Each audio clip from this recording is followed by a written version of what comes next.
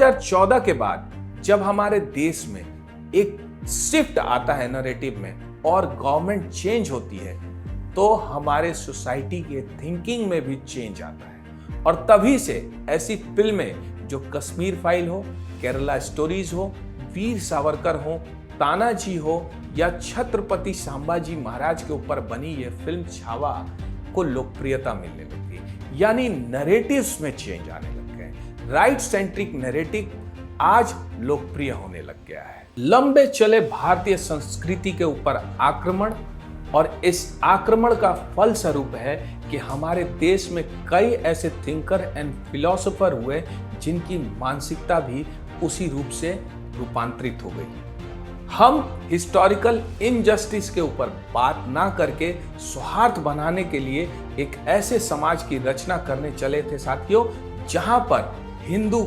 Community और Hindu philosophy को mock करना एक कल्चर हो गया।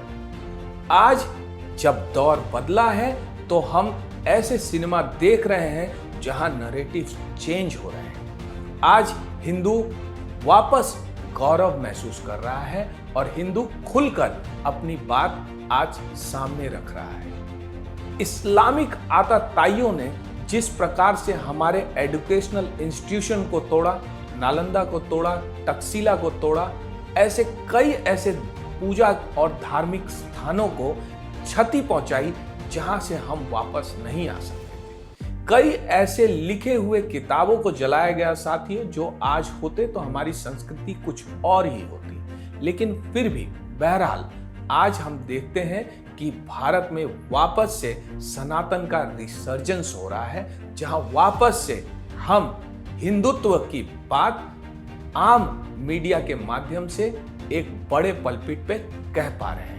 मॉडर्न डे में हम ये देखते हैं कि कुलदीप नैयर, रोमिला थापर, इरफान हबीब, अरुंधति रॉय जैसे लेफ्टिस्ट फिलोसोफर हुए जो भारत में हिंदुत्व का मजाक उड़ाते रहे, हमारी संस्कृति का मजाक उड़ाया। इसीलिए उस दौरान ऐसी पिक्चरें नहीं आई जो हिंदुत्व को सही दिशा में प्रस्तुत कर सकती थी। ऐसी फिल्मों की रचना की गई साथियों जहां हिंदुत्व को खुल करके मजाक का पात्र बनाया गया। जैसे ही फिल्म थी दीवार, जहां पर खुले तौर पे प्रोटैगनिस्ट का कैरेक्टर कहता है कि मैं आज तेरी सीढ़ियां नहीं चढ़ूंगा। वो फेमस मोनोलॉग अमिताभ बच्चन जी का, जहां पर भगवान से वो वार्तालाप करते हैं और कहते हैं कि मैं तेरी सीढ़ियां मंदिर की नहीं चढ़ूंगा। ऐसे ऐसे टर्म्स को कोट किया गया साथियों, जैसे हवस का पुजारी और गुनाहों का देवता। साथियों, हवस एक उर्दू वर्ड है और पुजारी एक हिंदी वर्ड है। ऐसे टर्म्स को कोट करना जो कि सोशल फैब्रिक में एक्सेप्टेड नहीं था, फिर भी ऐसे टर्म्स को कोट करके सोसाइटी में प्रभावित किया गया ताकि लोग इस टर्म से नॉर्मलाइज हो जाएं। आप देखिए एक ऐसा टर्म लेफ्ट लिबरल, जो कि आप जानते हैं कि कोई भी कम्युनिस्ट लिबरल नहीं हो सकता और कोई भी लिबरल जो है वो कम्युनिस्ट नहीं हो सकता, फिर भी हमारे देश में ऐसे टर्म्स को कोट किया गया, बनाया गया ताकि ये लगे कि जो लेफ्टिस्ट हैं वो लिबरल मानसिकता रखते हैं। लेकिन जो लेफ्टिस्ट हैं, जो कम्युनिस्ट मानसिकता रखते हैं साथियों, आपके बगल देश में चीन है, जहां फ्रीडम ऑफ स्पीच ही नहीं है। बार बार हिंदू सभ्यता और हिंदू मानसिकता के ऊपर आघात करने से जन्म हुआ 2014 जैसे माहौल का, जहां सत्ता में परिवर्तन आया और हिस्ट्री के साथ जो छेड़छाड़ हुई थी उसे करेक्ट करने का समय प्रदान किया भारत की जनता ने। और भारत की जनता ने जब चुना तो नैरेटिव भी चेंज हुए और ऐसे फिल्म मेकर्स आए जो हिस्ट्री में हिस्टोरिकल इनजस्टिस और डिस्टॉर्टेड फैक्ट्स को जो एनसीईआरटी के किताबों में लिखा गया था उसे अपने फिल्म के माध्यम से आज ठीक कर रहे हैं। वैसे ही एक फिल्म है छावा।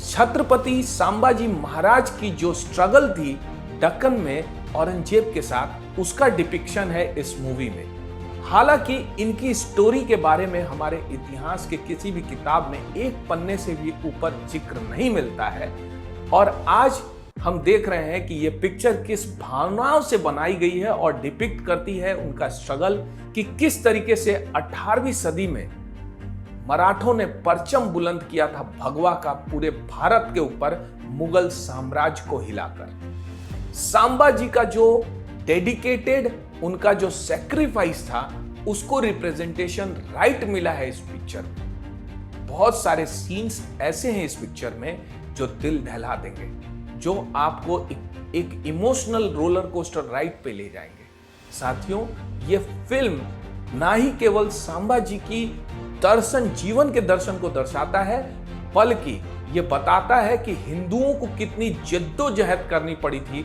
औरंगजेब जैसे आताताई के साम्राज्य में अपने आप को एक स्वतंत्र साम्राज्य में रहने के। ये फिल्म ने डिपिक्ट किया है औरंगजेब के डेस्परेशन को, कि किस प्रकार से औरंगजेब इतना डेस्परेट था मराठा साम्राज्य के पतन के लिए, और संभाजी महाराज के साथ उन्होंने क्या किया था ये फिल्म दिखाती है। मैं नहीं बताऊंगा इस फिल्म के कॉन्टेक्स्ट को, क्योंकि आपको मैं इस फिल्म की जानकारी नहीं दे रहा हूं, बल्कि नैरेटिव्स बता रहा हूं। औरंगजेब इतना डेस्परेट था और जिस हद तक गया ये फिल्म दिखाती है, जो कि जस्टिफाई करती है, राइट रिप्रेजेंटेशन देती है एक हिस्टोरिक इवेंट को। हमारे देश में आज भी औरंगजेब जैसे कैरेक्टर को ग्लोरीफाई करते हैं कई लोग। औरंगजेब के बारे में कई लोग पढ़ते तक नहीं है। आज मैं बता देता हूं औरंगजेब एक शख्सियत के रूप में कैसा था। औरंगजेब ने बहुत ही घिनौने काम किए थे अपने शासन के दौरान। सत्ता पे काबिज होने के लिए अपने ही पिता को कारागार में बंद किया था, अपने ही बड़े भाई दारा सिखों का गला उतार करके अपने पिताजी को प्रस्तुत किया था, और कई ऐसे हिंदू मंदिरों को ध्वस्त किया था अपने शासन के दौरान। आज औरंगजेब जैसे क्रूर व्यक्ति को भी भारत में ऐसे भी लोग हैं जो ग्लोरीफाई करते हैं। ये देखा गया है कि ऐसी नैरेटिव्स की पिक्चर जब भी आई हैं, तो हमारे देश में जो सत्ता आसीन राइट सेंट्रिक लोग हैं, उन्हें पॉलिटिकल डिविडेंड्स मिले हैं। जैसे एक पिक्चर आई थी एक्सीडेंटल प्राइम मिनिस्टर, जिसका पॉलिटिकल डिविडेंड्स जरूर मिला था। तो ऐसे नैरेटिव्स के जो पिक्चर आते हैं, उनका पॉलिटिकल डिविडेंड्स जरूर मिल जाती है राइटिस्ट और राइट सेंट्रिक लोगों को। क्या हम ये उम्मीद कर रहे हैं कि इस पिक्चर से जो मौजूदा सरकार है वो टारगेट कर रही है बिहार और तमिलनाडु जैसे चुनाव को? आपका क्या कहना है साथियों, हमारे कमेंट बॉक्स में बताएं। अगर ये वीडियो आपको अच्छा लगा हो तो इसे लाइक करें, हमारे चैनल को सब्सक्राइब करें। तब तक के लिए मैं ऋषि आप सबको करारा सैल्यूट आलसी इंडियन की ओर से।